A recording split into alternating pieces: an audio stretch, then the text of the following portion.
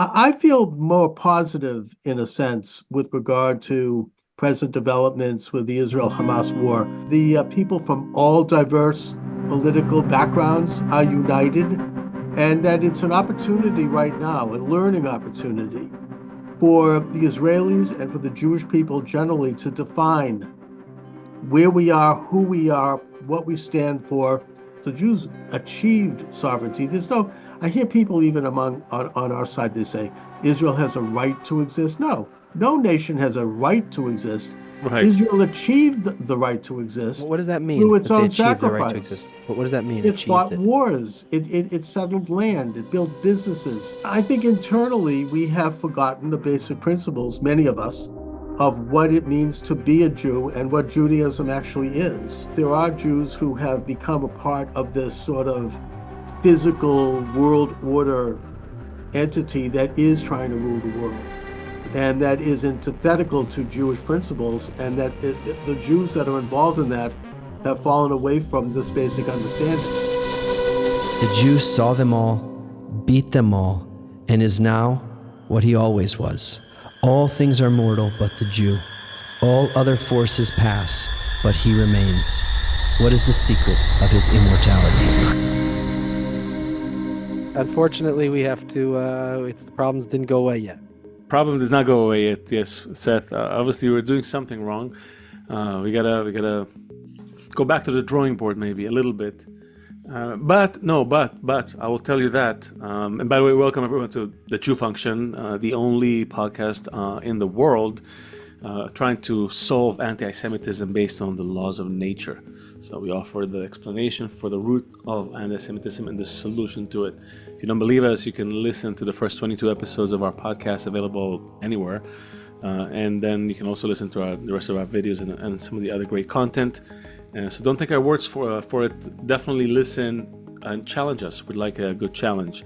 But so far, whatever we've been doing hasn't been working.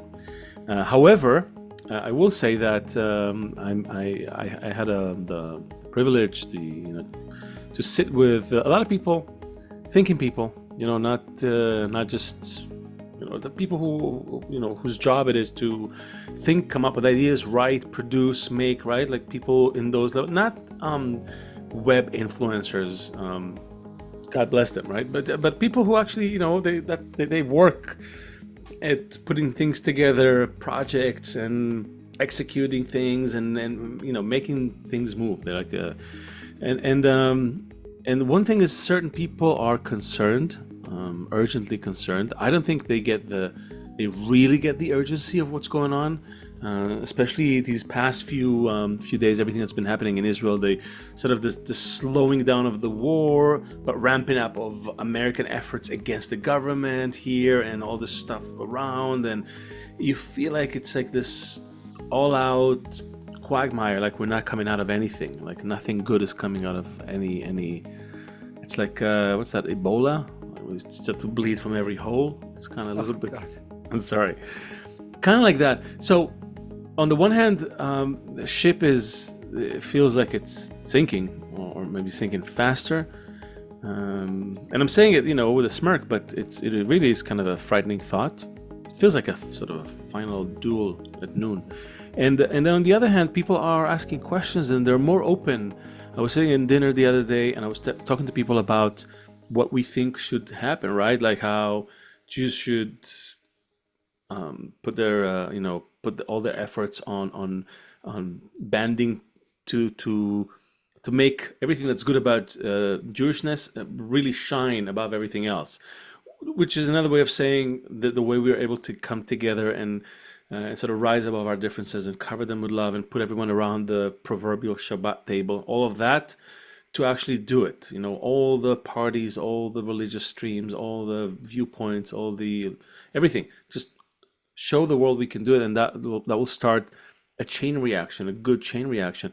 And people used to just not, tune out. Then they would say, "Oh, it's crazy." Now I got responses like, "Oh, you're such an optimist. How will we do it?" Questions like that, which is better. It's so there is a movement. I don't know how is it on the U.S. side. Does it feel like things are moving, or Are people packing? Are people disconnecting more from Israel? Like, what's the? I don't know. We haven't spoken in a Okay, week. so I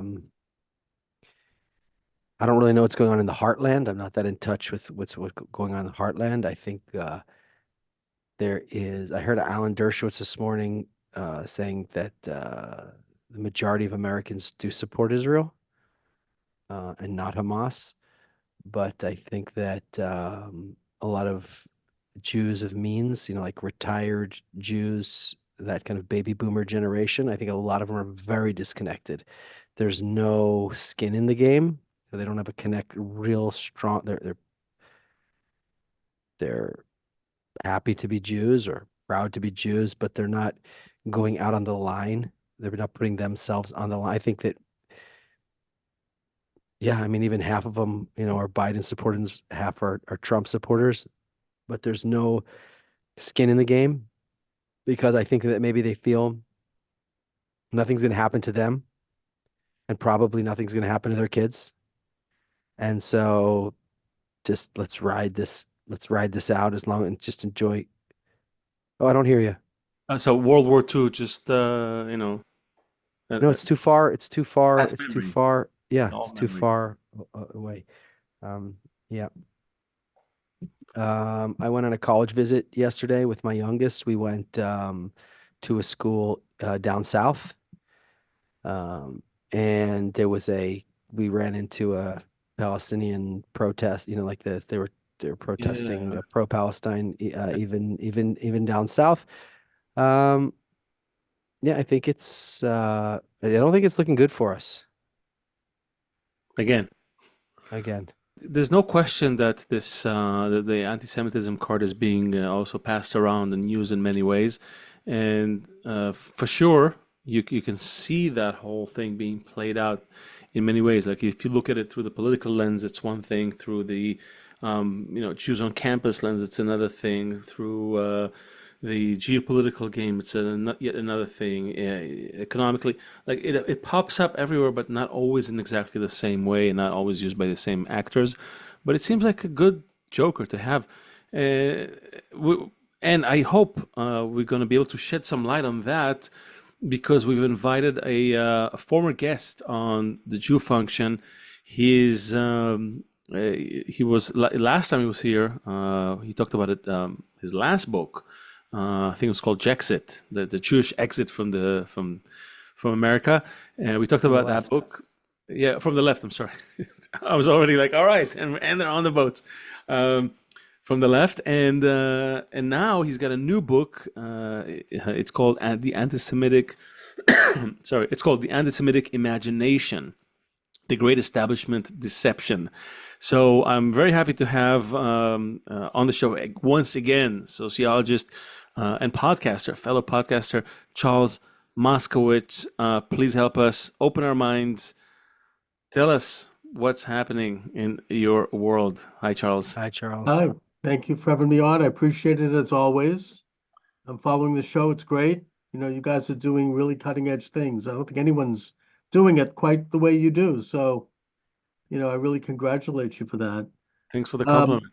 I feel more positive in a sense with regard to present developments with the Israel-Hamas war, only in that right after the brutal invasion of Israel, which was by any definition a genocidal attack, there was concern that Israel as a society had kind of, as they say, jumped the shark. I mean, that the Israelis didn't have that unity. They didn't have that ability to come together and defend themselves and define themselves.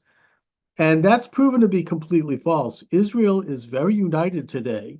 The society is united. The people from all diverse political backgrounds are united. They put aside their differences. And I think because of that, and this, of course, is in the face of the usual anti-Israel sentiments that I would argue emanate from the international leftist establishment, but also from the far right. And I could get into both of those. But in spite of that, Israel soldiers on, and that it's an opportunity right now, a learning opportunity for the Israelis and for the Jewish people generally to define where we are, who we are, what we stand for, a couple of basic principles of what we believe in, and to perhaps do a bit of an internal kind of, cleaning, a cleansing of perhaps ideas and principles that we may have embraced, that may have been ascribed to us that have not been in our best interest, and to identify those fearlessly and out of a sense of strength, as opposed to being defensive about it.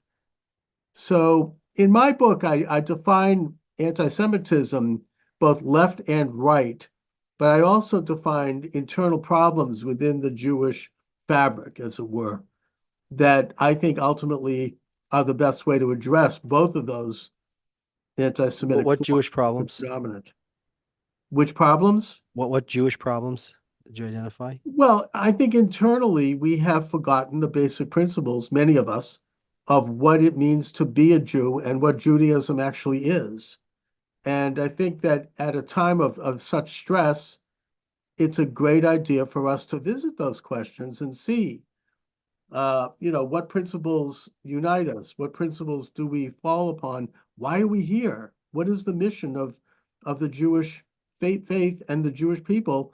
And is it valid? And I think if we can come to terms with that, we can not only understand ourselves, but our enemies on left and right in the Arab world, wherever, we'll be able to handle them.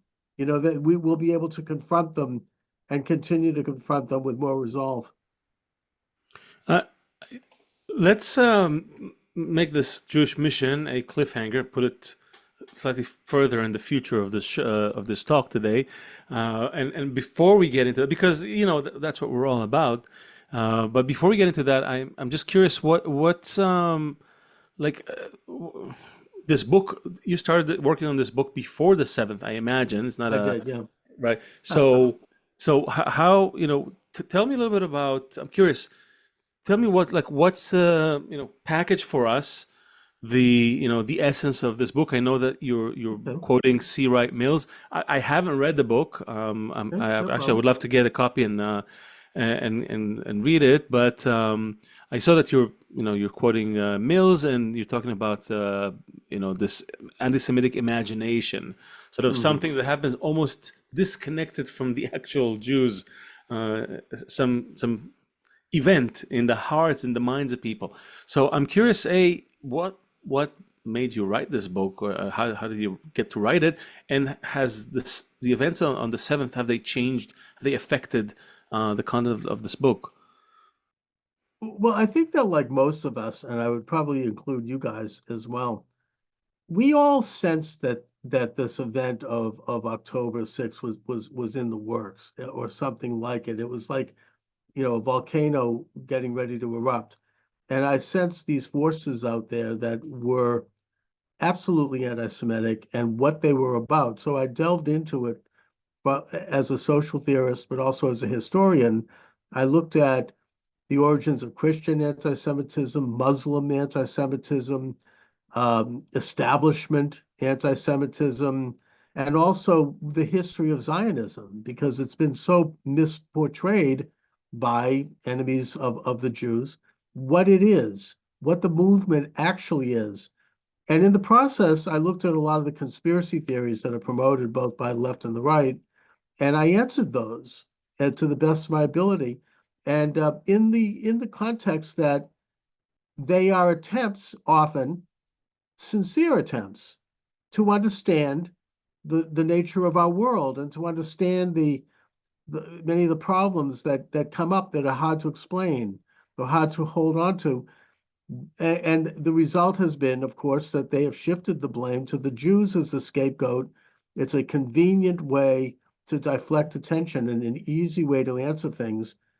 But I also would argue that it became, and historically was, an easy way for a ruling establishment, whether it be a government or influential institutions, to deflect attention away from their own malfeasance by saying, Charles, is there anything new about that? Excuse me? Is there anything new about that? No, this goes way back. No, it And sounds, correct me if I'm wrong, it sounds as if like once anti-Semitism got going, but the Jews kept staying, everybody in power was like, hey, oh, look at that. That's like a very easy, you can always pull that card. If exactly. something goes wrong, just throw it on these guys. You always have it. Well, what they took was Get out of normal. jail, right? Yeah, and they took normal anti-Semitism, which I'm not here to endorse, but it's things like the You fact mean the that healthy kind? well, yeah, I mean, it's the fact that we are deviant in society because we're a minority. We're not the mainstream of society, so there's always going to be some suspicion. Who are these people? Why are they different? And that combined with the fact that we have generally a record of being very successful due to our family values, our value of education, our independence, our ability to think on our feet, our ability to we admire material achievement along with spiritual achievement, and we're very cohesive and united as a people. We help each other. So as a result, among other things, we are fairly successful as a people. So that results in a natural degree of envy and jealousy and all those deadly sins. And that's all well and good. I mean, and the answer to that, of course, is love. We need to reach out to people and show them that we're regular people just like they are.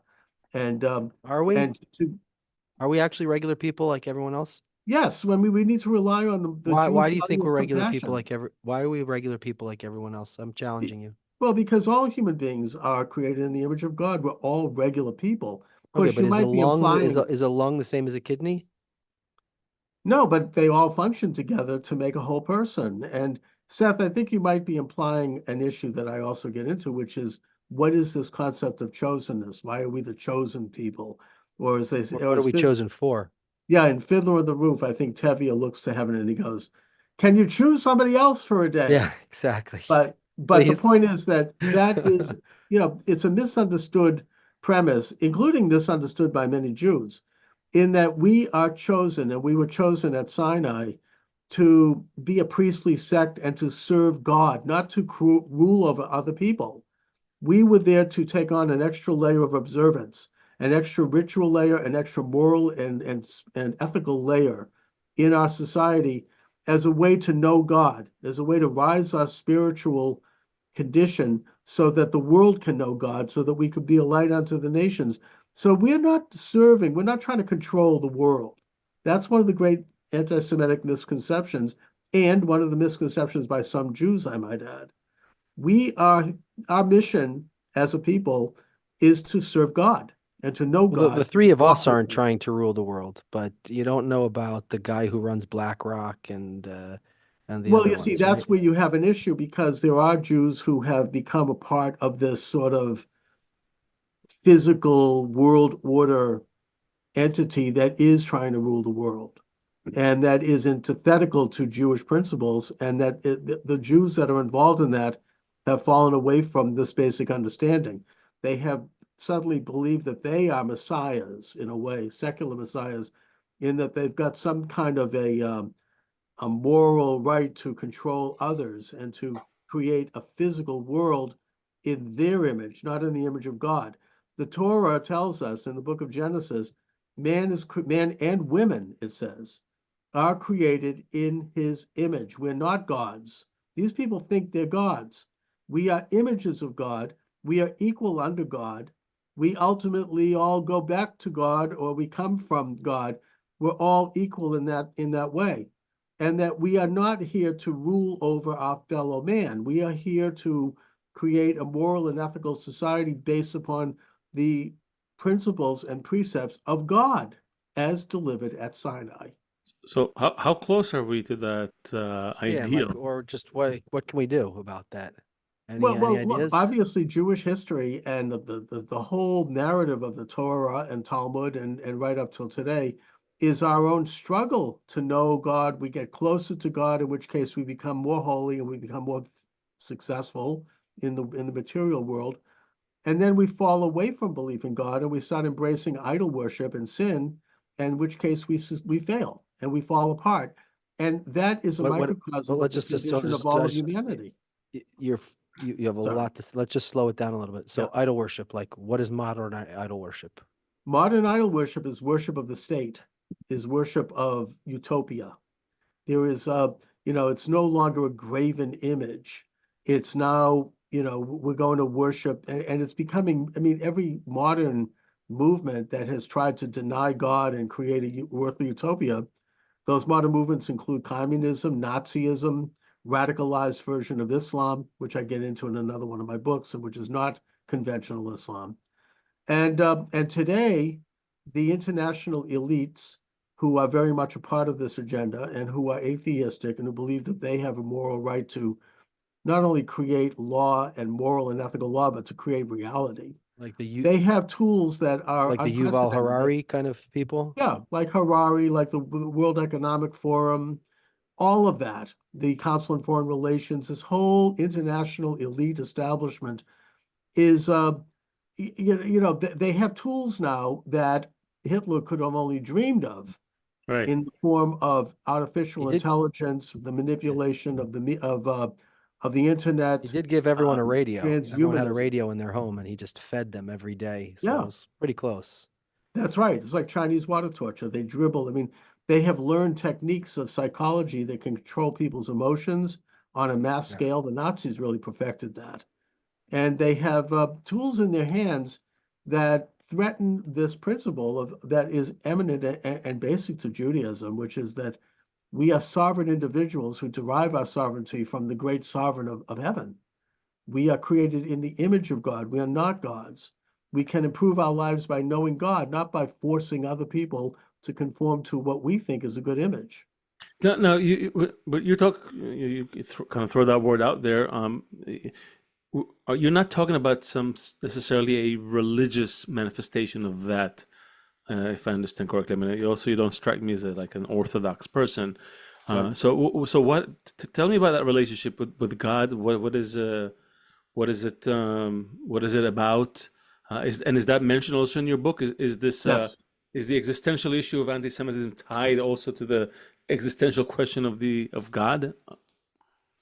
Well, I mean, I think that it's the whole structure and means of knowing God is described in the Torah and elaborated on in the Talmud in terms of how to pray, how to believe, how to structure your life in a way that is holy. It's a practical faith. It gives us basically a manual for how we are to conduct ourselves in business, in family, in personal relationships, in sexual relationships, in national relationships. And the only command in terms of earthly power that the Torah does clearly state, I would argue, is the command for the children of Israel to take possession of that tiny little swath of beachfront that we call Israel. That is in the Torah. It permeates the Torah. This is something that the Neturei Karta people don't seem to understand. As they say, they're Torah true. The Torah, every book of the Torah talks about the command that God gave us to take possession of that tiny land. Now, why did God do that? I don't know. I mean, that's a heaven question. To No, spite but the book, everyone. What do you mean why? Because it the annoys same everyone. No, hold was on. clear. It's to annoy everyone. The same book also talks about a bush that burns. The same book also talks about a sea that's split and a snake that talks. So I'm with you. I share your opinion about this, Right. but it does. We're not going to open it all up now, but it does require more explanation, opening up, because Or at least a more internal, symbolic look at things, at least for starters, rather than some what do you mean, pure- Leo? What's that? No, I mean, look, if the problem is when you speak about those things and you say, okay, it's the word of God and it's all truth and it's all happened, that tends to push half the population away. But the more you actually try to read into these, as you said it, as an internal struggle of an individual and of a nation. Talk about it in those terms. Forces inside of you. What does it mean to live in the land of Israel? Well, No, let's talk exactly. about that. Let's talk about that. Okay, What does it mean sure. to I live in mean, the land of first of all, Israel? I get into the history of Zionism in my book, and I want to note for people who are listening to this broadcast who are either not Jewish or who don't understand this, that Zionism is a simple movement, nothing more and nothing less. It is the national and religious aspirations of the Jewish people to take possession of that land and to create a commonwealth there. It's both religious and secular. The borders of Israel are clearly delineated in the Torah from Dan to Beersheba, from the river to the sea. And that is exactly where Israel is today. So it's nothing more than that. It's not this, people have this imagination of the Zionists creating a world government. I listen to anti-Jewish talk all the time. I heard this one guy say recently, it's this Khazarian conspiracy, which I got into in my book, that's trying to create a Jewish state in Ukraine and all this, these crazy, that's not Zionism. That's the Jewish, that's the anti-Semitic imagination. Zionism is just sovereignty in that tiny piece of land, which is modest and proper, and which, according to the agreement arrived at between Emir Faisal and Chaim Weizmann in 1917, when he recognized Israel, or Jewish Palestine, as it was called then, that the only condition would be that the Israelis respect the rights of the Muslim minority and that they respect Islamic religious sites, which Israel does. Not By the perfectly. way, they have pictures of letters from all the holy sites that say we are built on Jewish land. Like they have that. I don't think anyone else is doing what we're doing. And True. yeah, and that's exactly it. Nobody can comprehend what we're talking about. Who would even say that anti-Semites have anything valuable to say without saying we're anti-Semitic or we're self-hating Jews? But there's something that everybody's missing in this whole picture. And the reason why the solution is so close is because we're not waiting for anyone else to change. We're not waiting for the laws to be enacted. We're not waiting for a new politician to get elected. The answer is way closer than everybody thinks. Like us, hit the bell thing on the YouTube so you can get a notification when a new episode is up. Well, this is the Jew function, and let's get back to our guest. From all the holy sites that say we are built on Jewish land, like they have that. From the 20s, the 30s. But Well, yeah, if we want to talk about genetics, I mean, not that we need to, but I would imagine that Arabs who have ancestry there probably were at one point Jewish. If you want to go back Totally. yeah. But let's say this is all right, and let's say it's indisputable. Somehow the whole world agrees with us that it's indisputable that that's our ancestral homeland, right? So Right. next, and suppose they give it back to us, right? And they agree and they give it back to us, right? Imagine the next day that the Cheyenne Indians come and say, Minnesota is our ancestral homeland and we want it back.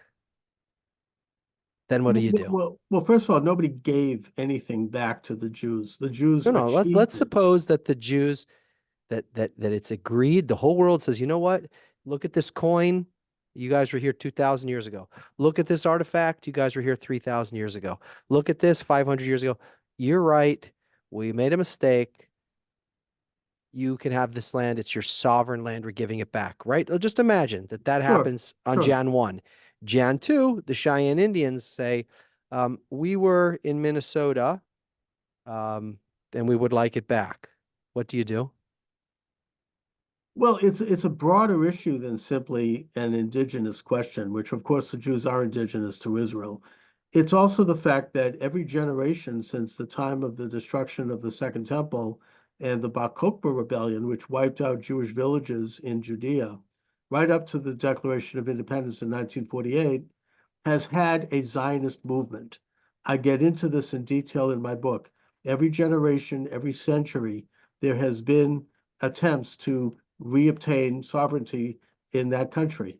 Hold on. And I'm trying to pull something eventually, else out of you. I'm trying to pull something else out of you. I'm trying to pull out of you, is there more than just a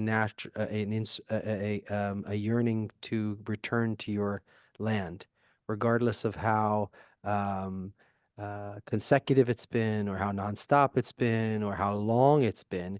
Is there right, something more than just these people? Like, for example, we can just say, if the whole earth is like a human body, right? These ones belong to the lungs, stick them back in the lungs. These ones belong to the spleen, stick them back in put all the people back where they belong, kind of thing, right? But is there more? Is there something else, or that's just what it is? Because if we get ours, then let's right. just put everybody back where they belong. Everyone who says this was mine, let's just be sober about it. Where does everyone belong? And just put them there. Is that Well, it, or is there something else? the only thing that I might just quibble with you a bit here is that nobody put the Jews there. The Jews put themselves there, and they did it based upon great sacrifice and volition. They created this society on their own. They fought wars. Young Jewish men and women died by the many thousands in those wars. They created a society without any help from anyone that really is a vibrant, sovereign society with democratic principles, with all the modern elements that make up any modern state. Now, if the Cheyenne Indians want to do that, I don't have a problem with that. They do have reservations. I would think that they should have more sovereignty if they can achieve it, and if they can do it in a way that is respectful of, the neighbors and in the right context. I just, yeah. Yeah, no, finish your thought. No, it's just that I just think it's a misnomer to suggest that somehow anyone gave Israel to the Jews. The Jews achieved sovereignty.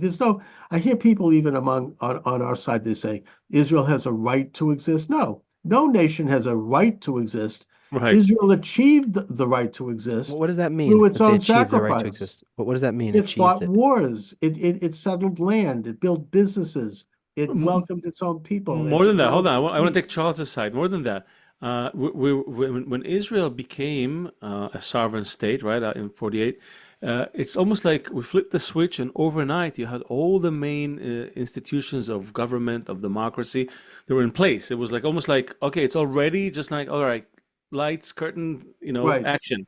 And when the world saw it, people, they went crazy. It was like, oh my God, so it can be done. So we can create these democracies everywhere. And suddenly at the same time, if you remember, said all those other post-colonial countries which wanted independence started to pop up. But guess what? Almost none of them became a democracy or close to that. So in a way, we were again an example of something, but no one could copy that example. Well, let me just let's think about that. First of all, it didn't just happen overnight. I mean, modern Zionism developed starting mid-19th century, where they started to build the Hebrew language. They started to develop all the institutions and businesses and farms and all of the rest that would eventually lead to the state. It was very organic. It wasn't just something that popped out of nowhere. No, It, I meant it started work as soon as we got the declaration. We were ready right. to go. We didn't need to Oh, go yeah. like, okay, let's go through a civil war and a coup and a this and a that, right? And Well, there was a war, and at there that was a lot of time, stuff happening, but yeah, we somehow managed to come together and really and pull it off. when the declaration came, the country was just working. It was like a working country. You could pay taxes, you could get services. It was amazing. Right. Oh, absolutely. And the thing is that I get into this as well. The early Arab leaders, not just Emir Faisal bin Hussein, who was the king of Syria and who considered himself to be a direct descendant of the Prophet Muhammad and who was revered in the Arab and Islamic world, he recognized Israel. He welcomed the Jews to come back to their ancestral land. He referred to us as his cousins. And in many, That's many right. letters, one that he wrote particularly to Felix Frankfurter, who was the president of Harvard at the time, and he did so not really out of necessarily an altruistic reason, but because he was a nationalist and he wanted Israel as a sovereign Jewish state to help his Arab states emerge as good national entities and states with democracy and technology and Exactly. all of these great developments that he knew the Jews had developed in Palestine. And he felt that it would be a partnership. And I think that spirit continues with the Abraham Accords. There are, and I think that the Arab street, as it were, they're anti-Israel because of what I describe as an anti-Semitic imagination. Their corrupt leaders want to distract attention from their own corrupt systems by saying, "Oh, look at the Israelis, look at the Jews. They're to blame Yeah, for everything." look here. And Don't it's look. crazy. I mean, it's even personal. I mean, like, for example, you might remember, I don't know, it was 10 years ago, there were sharks off the coast of Tunisia, Yeah, and the media and the government blamed Israel for this because they were biting people. And I remember there was an Israeli cartoonist who drew sharks with yarmulkes. I mean, it gets that crazy. It's personal. They start to even blame Israel and the Jews for problems in their own personal life. So it's a massive distraction by these establishments. And if the street in the Arab country woke up, they would recognize that Israel is a country they should emulate for their own people Okay, and befriend. so that's okay. So that's you're touching on a point. Although you don't live in Israel, I live in Israel right now, but I can ask you, are we a country worth emulating? That and I don't say it lightly. Don't say like, of course. It's No, no, I really understand. look at the details of this country right now at this point in time, not the one that was founded 70 Or years put ago. all the good stuff on one side of the scale and put all the bad stuff on the other side of the scale. And is there more good than bad? That's Absolutely. you sure about By it, far. Oh, I'm Charles? absolutely sure about that. It's no utopia. I No, mean, of course. it never was. I mean, it can be very messy at times, and it's certainly far from perfect. But on the broader scale, Israel is a dynamic, organic society that serves the interests of its own people, and So what's has missing? So created. what's missing, Charles? Yeah. I think that there's still this same rotten international establishment that hates Israel, and on the left, there are Forget two about everyone groups. else for a minute. Can we have a great life together? Like we'll come to everyone else in a minute. Yeah. What's missing for us to have a great life together? Yeah, but to With remind our you, we're already fanning the flames of October 6th now as we speak. With still 100 people in Gaza, and the war's still going on, and the North is this, and America's breathing down our necks, and once again there's forces working really hard to fan the flames of this unity. Even though, as you said, in the army, on the streets, maybe masses Mhm. of people, you're right, are feeling this unity and the power of that unity, but already the forces are There at it. is. I So mean, look, so look, it's going to take a while for Israel to finish the very difficult and painful job in Gaza of getting rid of Hamas. But they have to do that because it's proven that the Israeli state can't live alongside an entity like that continues to wage war. That's the basic of rule of war. I mean, St. Thomas Aquinas developed the rules of just war. And this war fits within that construct. Israel has a right to defend itself from this enemy, which has not only declared war against Israel, but it has engaged in the most atrocious forms of war against Israel. They've given Gaza so many chances to live in peace. I mean, no, listen, I know we know it, but the world doesn't seem to know it. The world I seems don't to be care what the suffering from world some form says. of dementia. Who cares? I don't, No, look, listen, I'm with yeah, you on the who cares thing, but it's a little scary. we can't pay We attention to that. We have to finish the job there carefully and methodically. Israel has never, this whole idea that Israel's engaging in a genocide, everyone knows that's a lie. I mean, that's a left-wing construct it's a that's put terrible out by Hamas. genocide. The population there grew by 1,200%. What No, kind it's of genocide is absurd. that? That's not to say that Israel couldn't engage in a genocide. Any country Good. could, but they haven't. I mean, Listen, it's tough. I served in the army. It's you yeah. can't take a lot of people who who really value life and have them change software and start like, all right, more death. Yeah, you can find some rotten apples, people who are a Oh, little sure. It's not crazy, perfect. but right, but I can those are the people around me who serve in the army. It's not some other. It's like the U.S. has 300 million citizens, and and 3 million people are in the army. You may never see them, may never have any contact with them, right? Here in Israel, it's all you people, family members, friends. What do you think? They just turn genocidal overnight? Even the concept is outrageous. Of Like just course, to even pull it off. So it's a so terrible smear against these and people. yet here we are. Here we are. People think this way. The world is ostracizing us for this. The EU is calling for a ceasefire without conditions. The America is not vetoing the decision in the Security Council. Like it's like we're almost back to pre-UN Declaration of Israel. It's No, like almost. but Israel also has a lot of friends in the world, and I think we can't be discouraged. I mean, I'll give the example I mentioned in my book as well. In 1948, the entire establishment in America, the liberal establishment, was against recognizing Israel. Secretary of State Marshall, Secretary of Defense Forrestal, they all told Truman, don't recognize Israel. They've got nothing. They don't have any money. They don't have any oil. We're going to piss off the entire Arab world, which is super oil wealthy and population wise and resources. It was not a good idea geopolitically. Now, I like the Israelis like to say, well, we're the greatest democracy. in the Middle East, we're America's greatest ally. That's actually not really true. I mean, Israel, the United States, it doesn't have an interest in supporting Israel.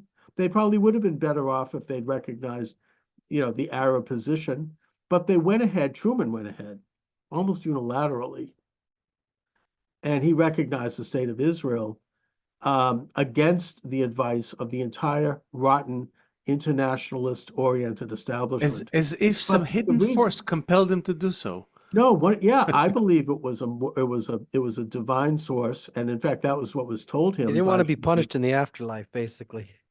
Well, I think it was Chaim Weizmann who said, your mother put you in your mother's womb. You were put for this purpose, and compared him to Cyrus when he gave him a Torah as a gift, and there wasn't a dry eye in the room. Wow. And I also think that Truman was reflecting the American value and the majority of the American people, both liberal and conservative, left and right, Democrat and Republican. The majority of the American people supported the state of Israel because they support the concept of national sovereignty, going back to our own American Revolution, but also because Israel was Jewish. And they are Christians, and they recognize that we believe in the same God, and that they have embraced and adopted what they call the Old Testament, which calls for this, and that it's something that's very ingrained, I think, in this country, and I think in most of the world. So where did we go wrong? Like, or rather, I'll ask it differently.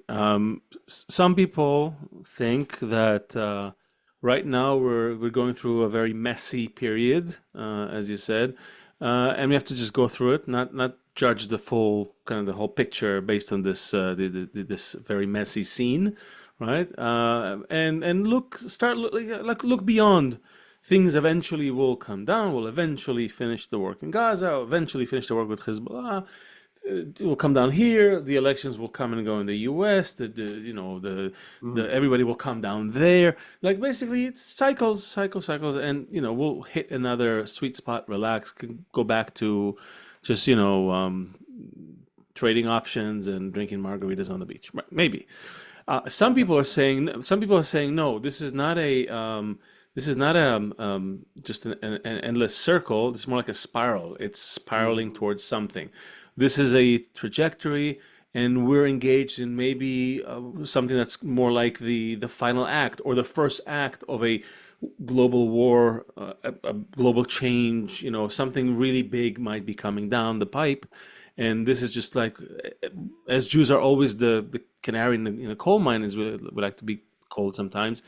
This whole radical Islam on Jews is actually really a wake-up call to the potential of radical Islam against the West, basically, because once the Jews are out of the picture, what, Americans and Iranians are just going to live happily, shoulder to shoulder? No, I mean, something's got to give.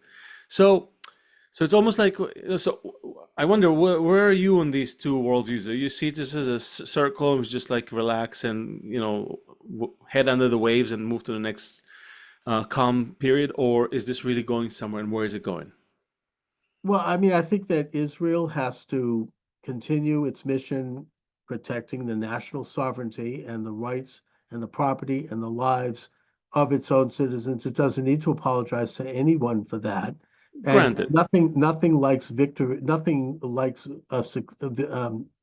success is always the best strategy, and Israel needs to finish the war, in which case people will be more behind them.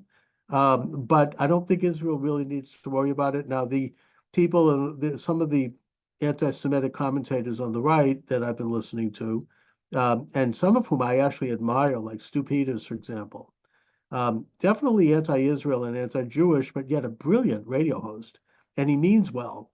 He sees like Zion, Jews, and he thinks, oh, they're Zionists, which they may or may not be, in influencing the U.S. government and basically trying to push toward a world order. What I would separate here is two things. First of all, yes, maybe they are a part of this international movement, but not necessarily as Jews, more as just these international believers. But the Jewish side of them actually makes a little difference in terms of their support for Zionism, which is not an international movement. They are trying to situate things in such a way that it preserves Israel's existence and Israel's safety. And that's always been part of that agenda, nothing more. That is what it's about for the so-called Zionist side of their personality. But as far as their globalist side of their personality, that he's right about. I can condemn that whether it's Jew or not. Jew function is really it's a desperate attempt to change something about the rise in anti-Semitism that doesn't seem to go away, and looking at history usually ends with something terrible before we reach relative quiet again. But we don't want to reach something terrible. We want to do it now. So that's why we're doing this podcast. And if you like this, also consider leaving a small contribution on our Patreon channel. Right. We both have day jobs, by the way, so we're not hoping to make money from this. We're hoping to see some change of heart. Any funds are used to get this out there, to get this to people. We consider this the same way you go out every day to get money to feed your family, put a roof over your head. This is also critically important to our future, to our safety, to a good world, not only for Jews, but for everyone. Well, this is the Jew function, and let's get back to our guest. But as far as their globalist side of their personality, that he's right about. I can condemn that whether it's Jew or not. That's a dangerous trend. But as far as Israel goes, its mission is simple: preserving its sovereignty and the lives and safety of its people, and they need not apologize for that. Charles, what do you hope to achieve by writing all these books? Well, How I many mean, have you written? I hope to- How many did you write so far? How many have I written? Probably well over 20. I mean, I write an average of 2 books a year. Yeah. So what? I can't write down a single. I could barely write out my resume, and my wife says I'm a good writer, but I can't No, bring myself to. your stuff I is, urge people to write. I mean, it's in this day and age with the internet, it's actually fairly easy to write a book. If you're passionate about something and you want to do a deep dive and you want to learn about it, there's no better way to do it than writing a book. Yeah, you and your stuff is it's thorough, it's dense material. It can, like, each one is like a what is it called? The reduction sauce, like each one is like its own like thing of this piece. Consommé. Yeah. What's the purpose of all of this? Well, To look, get it I mean, out, my hope, or no, my hope is to wake people up to their own agency. That if they realize that the mission of Israel, the mission of the Jewish people, is to be sovereign, to be a kind of like we've always been a little bit outside of the normative mainstream. We've been individualists. We've supported our families. We've supported education. We've been loyal to nations when they're loyal to us. When they're not loyal to us, we're not. And that's a good message for citizens. I mean, we're loyal Americans, but if America starts putting people in jail for political crimes and trying to jail the political opponent and censoring people, we're not for that, at least not as a people. And Well, we our don't get- but opposition to that should inspire other citizens as well. we don't usually don't get that message until it's way too late. Like this guy Jonathan Glazer, the movie producer recently. Oh, yeah, uh-huh. Like the Jews are all. There's also this like self-hating Jew through all the generations who thinks that by criticizing Israel somehow his life is going to be spared.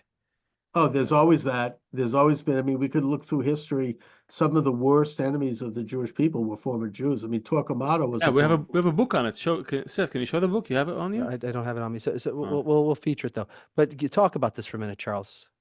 Well, I mean, like as I said, This concept. Torquemada, who was whispering in the ear of Ferdinand and Isabella, he was a former Jew who became the most radical advocate of the Spanish Inquisition. Nicholas Donin was a former Jew who went to the Pope, and he smeared the Talmud, and the Pope basically sent him over to visit Louis IX of France, who burned 13 crates of Talmuds on the grounds of the Chateau de Ville, right on the Seine. It's still there. So, you have former Jews who, I mean, I would argue that you could say that about most of the Bolsheviks, right? I mean, they had turned their back on Judaism. And so we can't, Leo and I are have refined more and more and more. Like, where's our target? It's at first we're like, okay, we're just gonna solve this across the globe, and then it becomes more. I keep using that Empire Strikes Back or whatever it's called thing where Luke has to like drive and just hit that one point in the middle, and then it like, you know what I'm talking about? Yeah, Yeah. So we can't deal with every Jew because some Jews are the biggest anti-Semites, like Torquemada, right? right. Right. So we just need to hit that one spot. We need to reach those Jews that we can, who are interested in this good outcome for us, right? But we have to refine, and not just refine, but like a mother bird, like, or whatever the animal is that chews its food before it feeds it to its young. Like, Mhm. All of them. what? All All of of them. them. Yeah. We have to also prepare the message for the audience in a way that's acceptable, because the way we discuss it, it's like it's very high level, and it has a lot of, we all can hear in this discussion, we can say one thing, you say, and we all kind of know what we're talking about, and we have a lot of backstory to it. But we have to present it to these kids on college campuses, or we have to present it to people who are listening to sound bites all day long, from MSNBC or something, um, in a way that they can all get it.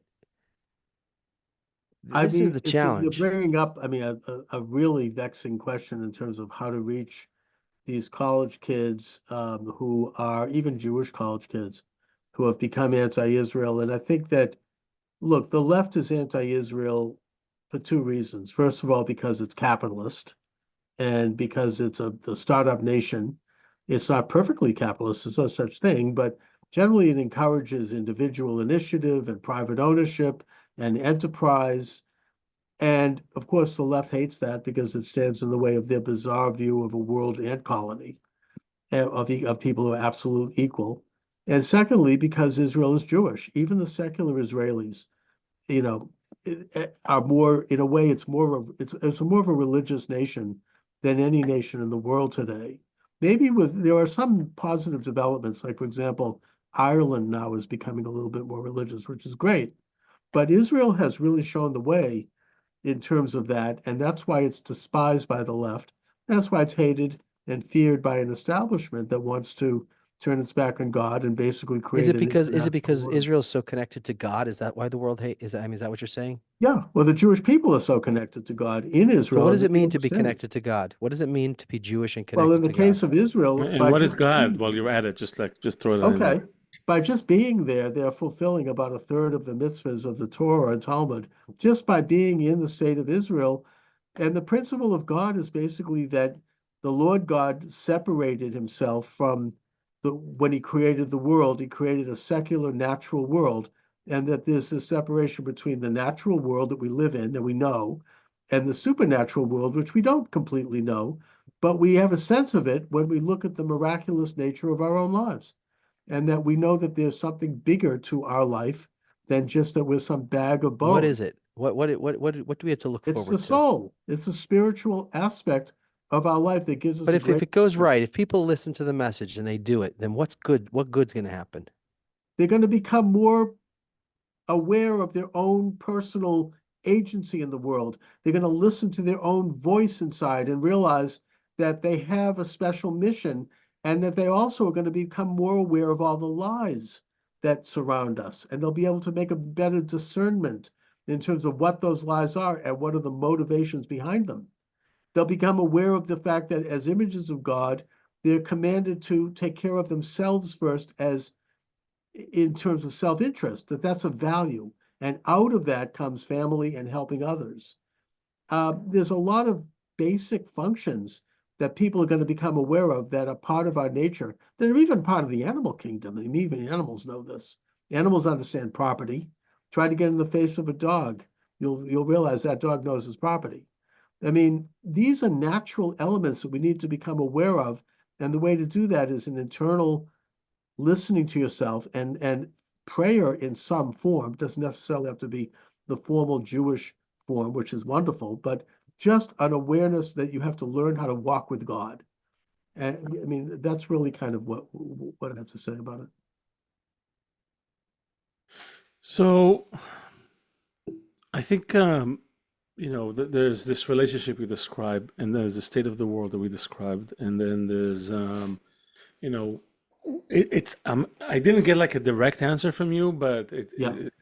you kind of I can kind of infer that you are suggesting that this is moving towards something. It's not simply an endless cycle where we have to just relive this nightmare every 50 years or so, and this is life. That maybe it is moving towards something. Um, what can and especially when you talk about the sense of agency. So I want to bring the attention to that. So someone hearing this doesn't leave thinking, okay, all right, this is a good discussion. I got to get back to work, right? Like, what Yeah. what are they? How can a Jewish person first, or anyone feeling Jewish, as Seth and I like to say, we say being a Jew is a desire. It's not a religion. It's not a it's not ethnicity. It's not a nationality. Even it's a desire that you have toward that achieving that goal, toward attaining that connection with the highest force in nature, the force of love. That's where we need to be going. That's where nature is pushing us to go. But nature needs some people in the big network of humanity to sort of act as conduits, as guides, as right, as go-betweens, right, between that Right. part and that part. So again, sounds good on paper, but what should a regular person who has that desire? Or I have a desire. I want peace. I want a better world. I want to connect with this higher force of love. It sounds great. Why not? Who wouldn't, right? What can we do? What can they do? What should they do? Should they be thinking about something, talking about something, doing something? Uh, should they all buy a Torah and start reading and put a kippah? Like what should they do? Like what's the story here for the regular person, confused person, I might say. Well, I mean, look, we all can ascribe to live by all of the moral and ethical precepts of Jewish life that are described very specifically in the Torah and developed in the Talmud. Now, nobody can achieve that totally. And we may not want to achieve elements of it, but we can at least look at it as a blueprint for how we are to live. And one of the basic themes there is that the Torah does separate good from evil, the sacred from the profane, and it does separate all kinds of things, men from women, nation states, property, how to govern, how to create a moral society based on a whole intricate level of separations. I think the United States reflects that in our concept of separation of powers and checks and balances. It's an understanding that in order to have a balanced society and a balanced universe, we need to balance all of these different diverse and different aspects of life so that they have a certain equilibrium that becomes more natural. We have a self-interest in protecting our neighbor, loving our neighbor as ourselves, not because we necessarily agree with that person, but because by loving our neighbor, we are protecting our own lives. It's a balance that it's inherent in balancing any society from its hard, extreme edges. And it creates a sort of an organic and natural way by which we as individuals can achieve our own destiny and our own life. And I think that all of that blueprint is in the Torah. Again, you don't have to live by every element of it, but to study it and to understand it gives you a blueprint for what you should advocate for in your own life and in public, in politics. I don't envy it, the leaders of China, for example, right? You have like 1 billion people, and you have to manage a society of 1 billion people. So inevitably, you have to. I mean, some people are not going to be happy. Like it's just impossible to manage 1 billion people, right? Like if it turns out that we need a road for the good of the whole country here, doesn't matter that you had 100 generations of your family living there. Like you're moving because we're putting a road or whatever it is. If you manage 1 billion people, it's a very big issue, right? And probably takes a lot of force. The Jews, on the other hand, it's a very, very, very, very small group, right? So it should, and it's more like a family, right? So, and even within that, like right away. There's some we don't need to worry about so much because they're not really causing too much harm and they're kind of going to go along with it. And other ones are so far extreme that we're not going to reach them anyway. So right away, like I'm just going based on what you just said about this rules of the Torah of whatever that means. Like we're like very much tachlis, like we want to do it, not just to talk about it. And the good thing about us, the Jews, is like the good thing. We don't have a lot of us, it shouldn't be that difficult. It shouldn't be that difficult for a bunch of us to do this. Shouldn't, but Well, I mean, look, it's sort of you mentioned like the family. I mean, sometimes in sociology, it's a good idea to bring something down to a very basic element. And we can look at the family, look at our own families. I'm looking at my family. We don't necessarily get along so well. We have conflicts. We don't like each other in some cases. We don't agree. But in the bigger picture, if whether it be an external force or an internal problem, we will come together and help each other in those times. So in a way, it's sort of like, there doesn't have, I mean, I guess you could also compare it to a football game. Football has its rules, it has its goalposts, it has its field, but once those rules are established, then it's every man for himself. They kick the ball and off you go. So, maybe this is getting into the question of like what Adam Smith talked about with the hidden hand of the economy or whatnot. And we should note that he was also a theologian. But it's kind of like the individual freedom under God also has to comport with the interests of a public society. If that means building a road that benefits everyone, then that can mean that. I mean, there are No, but national let's interests. let's start even smaller. Like you're getting really big picture again. Like let's start with like what would an implementation of this be in a practical way? Like not with having to like recruit politicians and raise a ton of money. Like tomorrow, you know. I don't think there has to be anything implemented. I think it's natural. We have elected representative government that reflects our values, but that operates within a set of rules. It's called the Constitution, just like the football team operates in the goalposts. And once we establish that, then we have the right ultimately to make our own choices, and we promote individual rights and individual sovereignty. so I'll rephrase the question a little bit, make it a little more, maybe more specific. In your mind, right now, Yeah. do we the rules are set, everything is great, we just have to sort of work within those. Is there anything that we need to do different than how we were doing it maybe up until now, up until the 7th? I mean, is there something for me as a Jew, whether in Israel or the US today, that I have to change? Do I have to change anything? This is the magic word. Everybody talks about change. Nobody wants to do anything Right, about right. changing anything. It's scary. It takes energy, resources, time, money. Yeah, I don't have time for this. Maybe tomorrow.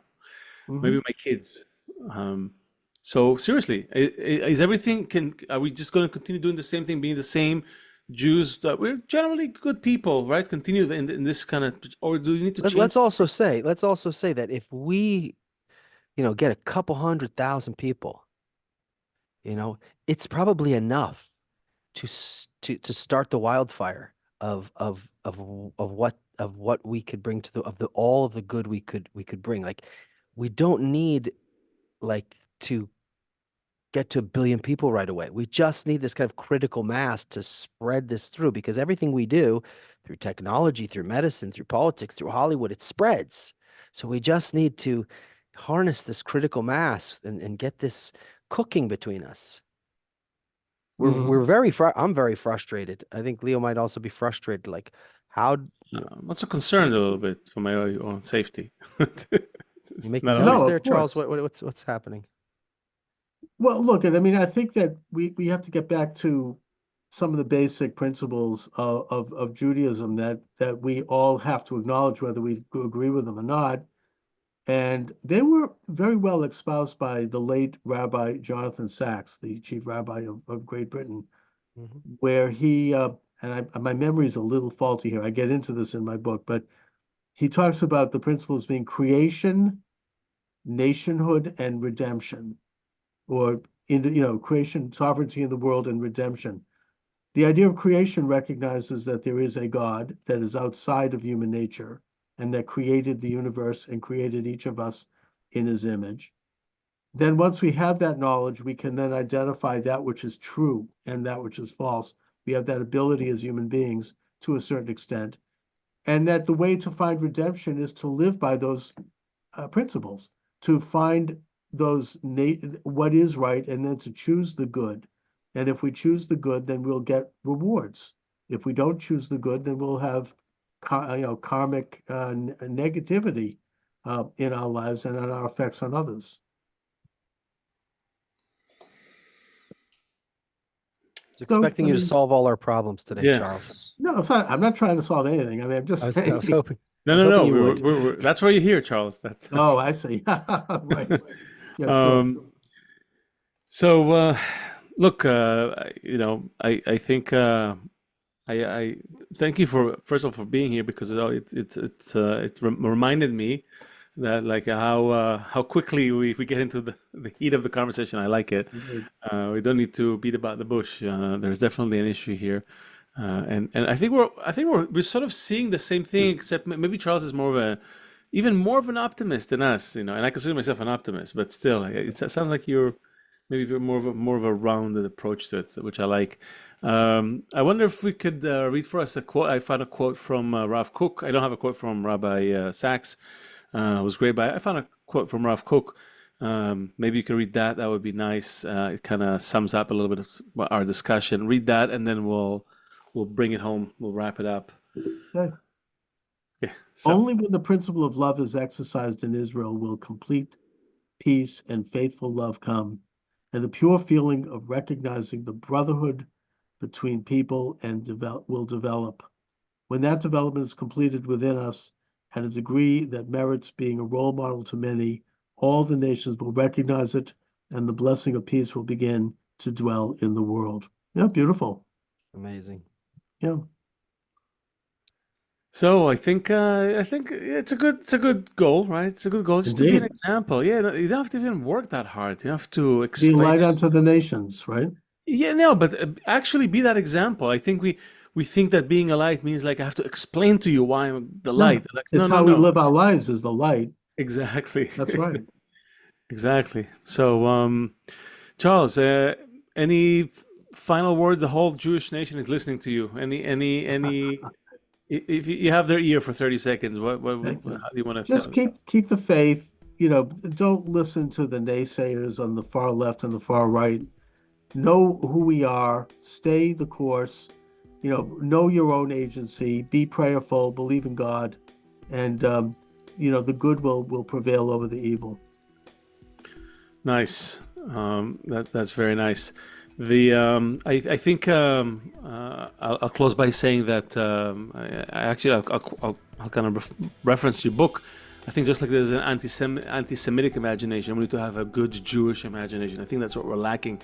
If we're gonna have a good, united Jewish imagination, if we can once again dream the same dream together, I think we can do some amazing stuff. We're just, we forgot the power of our own dreams when they're united. So I invite everyone. I think Seth is joining me in that as well. Everyone, let's dream something together, something nice together. And until then, you can find The Anti-Semitic Imagination, The Great Establishment Deception by Charles Moscowitz on Amazon. And we'll put the link under the description of this show. And as usual, like, comment, subscribe, hit the bell to get notifications. We're doing lives on Sunday. We try to be consistent. Work with us here, but we're trying to be here every Sunday live with some amazing guests, and join our circle. We're the Jew Function. Thank you, Charles. Thank you, Charles. Really Thank you, Leo and Seth. Appreciate it. Have a great day. Keep the good fight. We'll see you next time. Bye-bye. Okay. Bye-bye.